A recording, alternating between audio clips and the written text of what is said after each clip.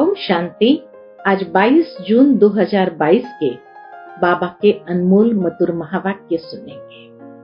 आज की मुरली में बाबा कहे, बाबा स्वर्ग का फाउंडेशन लगा रहे हैं, तो तुम बच्चे बाप के मददगार बन अपना हिस्सा जमा करा लो।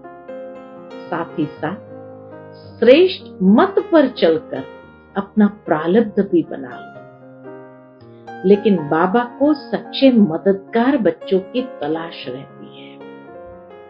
सच्चे मददगार बच्चे कौन है?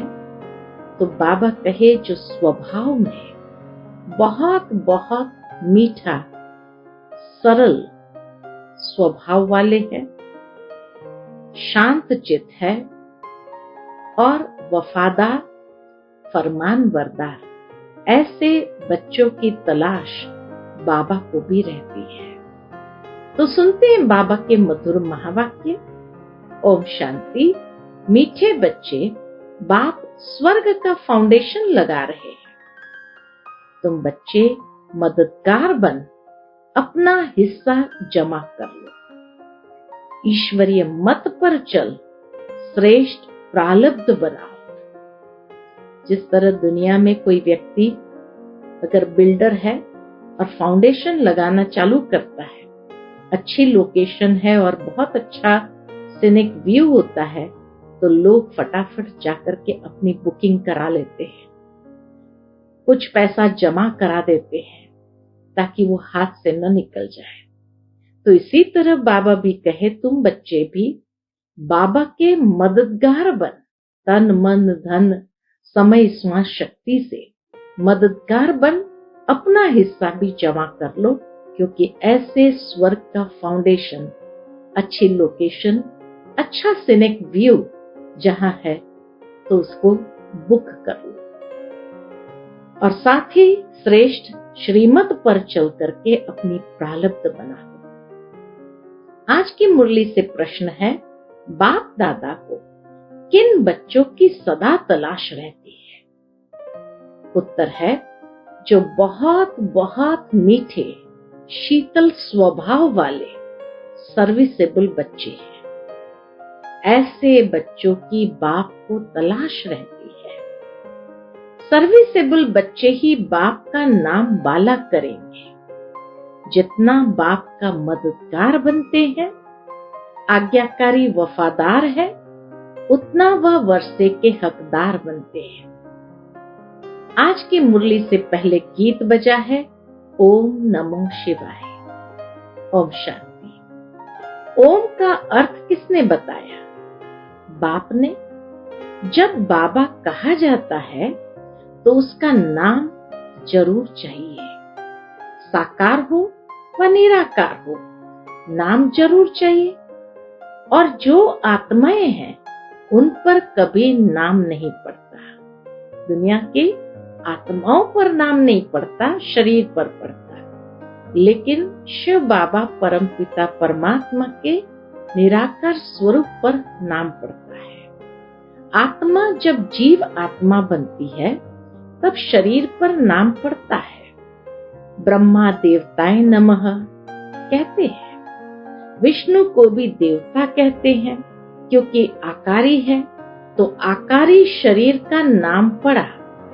नाम हमेशा शरीर पर पड़ता है। सिर्फ एक निराकार परमपिता परमात्मा है जिसका नाम शिव है। एक ही इस आत्मा का नाम है, एक ही परमात्मा का नाम है। बाकी सबका देह पर नाम पड़ता है।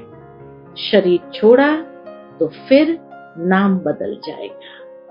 परमात्मा का एक ही नाम चलता है, कभी बदलता नहीं। इससे सिद्ध होता है कि वह कभी जन्म मरण में नहीं आता है। अगर खुद जन्म मरण में आवे तो औरों को जन्म मरण से छुड़ा न सके। अमर लोक में कभी जन्म मरण नहीं कहा जाता। वहां तो बड़ी सहज रीति से एक शरीर छोड़ दूसरा लेते हैं। मरना यहाँ है। मरना इस कलयुगी दुनिया में कहा जाता। सतयुग में ऐसे नहीं कहते कि फलाना मर गया। मरना शब्द दुख का है।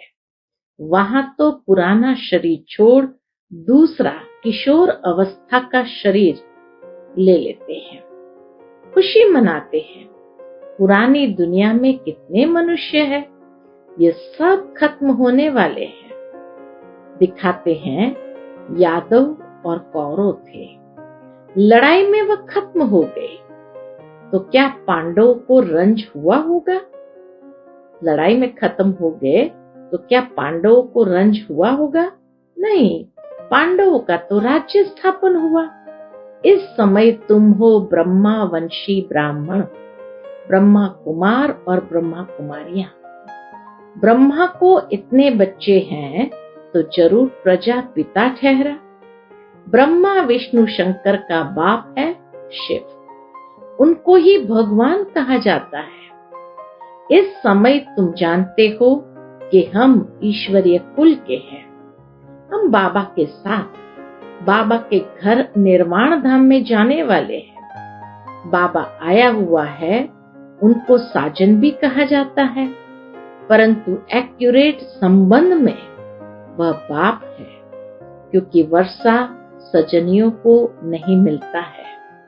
वर्षा बच्चे लेते हैं, वर्षा बच्चे लेते हैं, तो बाप कहना राइट है। बाप को भूल जाने से ही मनुष्य नास्तिक बने हैं। कृष्ण के चरित्र गाए जाते हैं, परंतु कृष्ण का चरित्र तो कोई है नहीं।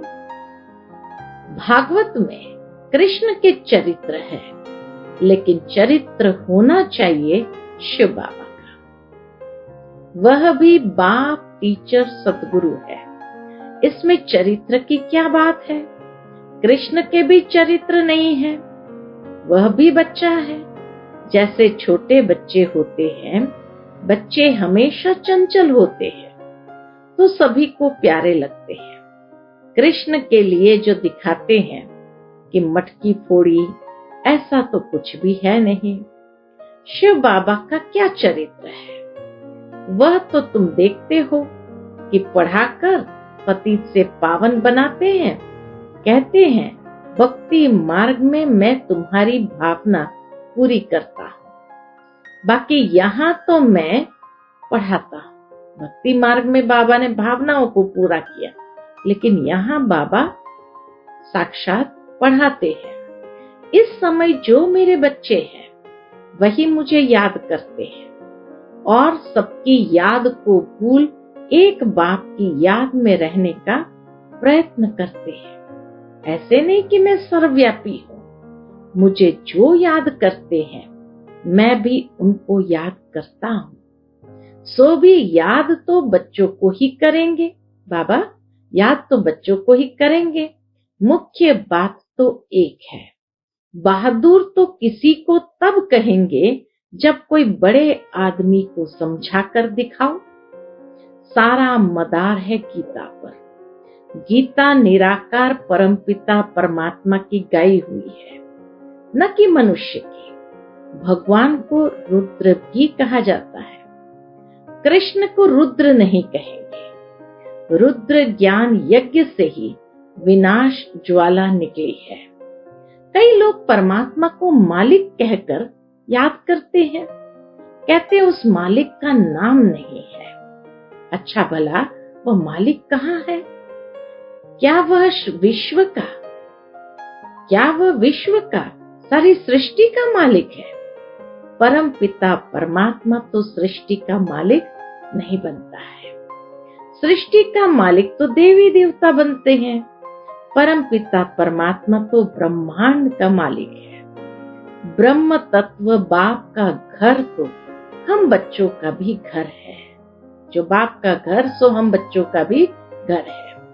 ब्रह्मांड है बाप का घर, जहां आत्माएं अंडे मिसल दिखाते हैं। ऐसे कोई है नहीं।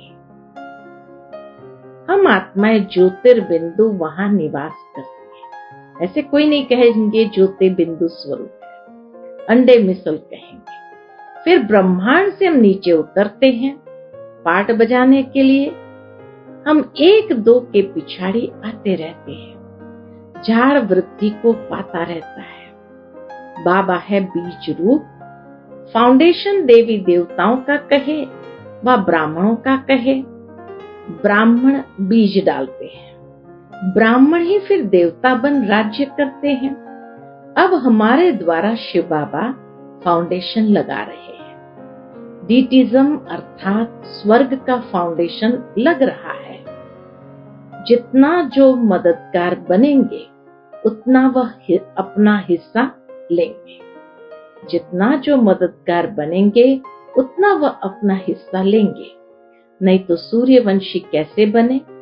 अभी तुम वह उच्च प्रारब्ध बना रहे हो। हर एक मनुष्य पुरुषार्थ से प्रारब्ध बनाते रहते हैं।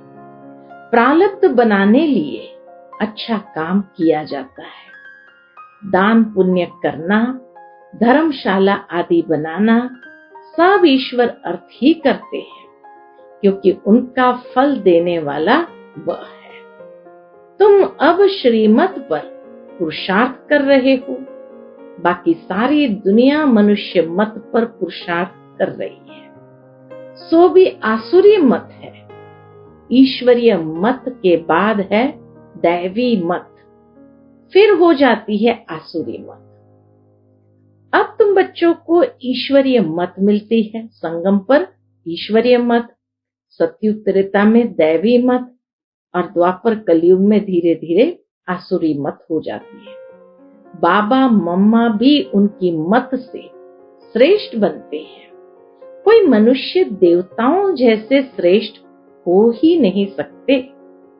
देवताओं को श्रेष्ठ बनाने वाला कौन? यहाँ तो कोई श्रेष्ठ है नहीं। श्री श्री है ही एक वही, सबसे ऊंच से ऊंच बाप, टीचर, सतगुरु।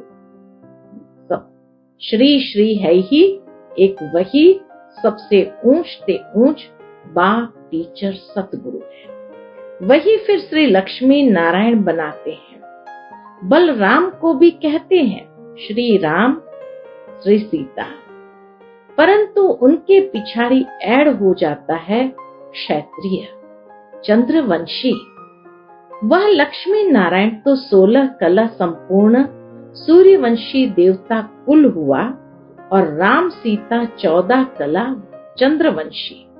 2 कला कम हुई है ना, सो तो होना ही है जरूर। मनुष्य ये नहीं जानते कि सृष्टि की गिरती कला होती है। 16 कला से 14 कला हुई तो डिग्रेड हुई ना। इस समय तो बिल्कुल डिग्रेडेड है। यह है रावण संप्रदाय। रावण राज्य है ना। रावण मत को कहा जाता है आसुरी मत। सब पतित है। पावन कोई इस पतित दुनिया में नहीं हो सकता। भारतवासी जो पावन थे वही फिर पतित बने हैं। फिर उन्हों को ही मैं आकर पावन बनाता हूँ। पतित पावन कृष्ण नहीं गाया जाता है, न चरित्र की बात है। पतित पावन एक परमात्मा को ही कहेंगे। पिछाड़ी में सब कहेंगे अहो प्रभु, आपकी गत मत न्यारी। आपकी रचना को कोई नहीं जानते, सो तो अब तुम जान गए हो। यह ज्ञान है बिल्कुल नया। नई चीज जब निकलती है तो पहले थोड़ी होती है, फिर बढ़ती जाती है। तुम भी पहले एक कोने में पड़े थे, अब देश देशांतर वृद्धि को पाते रहेंगे। अब तो वो छोटा सा पौधा जो बाबा ने लगाया था आज इतना विशाल वट वृक्ष हो गया। राजधानी स्थापन जरूर होनी है। मूल बात तो यह सिद्ध करनी है कि गीता का भगवान श्री कृष्ण नहीं है। वर्षा बाप देंगे, कृष्ण नहीं। लक्ष्मी नारायण भी अपने बच्चों को वर्षा देंगे। वह भी यहाँ के पुरुषार्थ की प्रारब्ध मिलती है। सतयुग त्रेता में बेहद का वर्षा है। गोल्डन सिल्वर जुबली मनाते हैं। यहाँ तो एक दिन मनाते हैं। यहाँ तो कोई एक दिन जुबली मना देते हैं। हम तो 1250 वर्ष गोल्डन जुबली मनाते हैं, खुशियां मनाते हैं ना, माला माल बन जाते हैं। तो यह अंदर में बड़ी खुशी रहती है। ऐसे नहीं कि सिर्फ बाहर से बत्तियां आदि जलाते हैं। स्वर्ग में हम बिल्कुल संपत्तिवान, बहुत सुखी हो जाते हैं। देवता धर्म जैसा सुखी और कोई होता नहीं। फिर सिल्वर जुबली आदि को भी पूरा समझते नहीं है। अभी तुम आधा कल्प की जुबली मनाने के लिए बाप से वर्षा पा रहे हो। तो मुख्य बात यह समझने की है कि गीता का भगवान शिव है, उसने ही राजयोग सिखाया था। सो फिर से अब सिखला रहे हैं। सिखलाते भी तब है कब, जब राजाई है नहीं, प्रजा का प्रजा पर राज्य है। एक दो की टोपी उतारने में देरी नहीं करते हैं। तुम बच्चे उनकी मत पर चलने से सुखधाम के मालिक बनेंगे। ऐसे बहुत है जो ज्ञान को पूरा धारण नहीं करते हैं, परंतु सेंटर पर आते रहते हैं। अंदर दिल बित बित करती है कि एक बच्चा पैदा कर दे। माया की टेम्पटेशन होती है कि शादी कर एक बच्चे का सुख ले लेवे। अरे गारंटी थोड़ी है कि बच्चा सुख ही देगा। 2-4 वर्ष में बच्चा मर जाए तो और ही दुखी हो पड़ेंगे। आज शादमना करते हैं, कल चिता पर चढ़ते हैं, तो रोना पीटना पड़ता है। यह है ही दुख धाम। देखो खाना भी कैसा खाते हैं। तो बाप समझाते हैं कि बच्चे ऐसी आशाएं नहीं रखो, माया बड़ा तूफान ले आएगी, जट विकार में गिरा देंगे, फिर आने में भी लज्जा आएगी। सब कहेंगे फूल को कलंकित किया है, तो वर्षा क्या लेंगे। बाबा मम्मा कहते हो तो ब्रह्मा कुमार कुमारियां आपस में हो गए भाई बहन। फिर अगर विकारों में गिर पड़े तो ऐसे कुल कलंकित और ही 100 गुना कड़ी सजा खाएंगे और पद भी भ्रष्ट होगा। कोई तो विकार में जाते फिर बतलाते नहीं, तो बहुत दंड के भागी बनेंगे।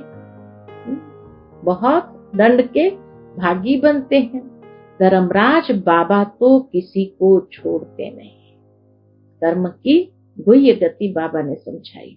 वो लोग तो सजा खाते जेल भोगते हैं, लेकिन यहाँ वालों के लिए तो बड़ी कड़ी सजा है। ऐसे भी सेंटर पर बहुत आते हैं। बाप समझाते हैं कि ऐसे काम नहीं करो। कहते हो कि हम ईश्वरीय औलाद हैं, और फिर विकार में जाना, यह तो अपनी सत्यानाश करनी है। कोई भी भूल हो तो झट बाप को बता दो।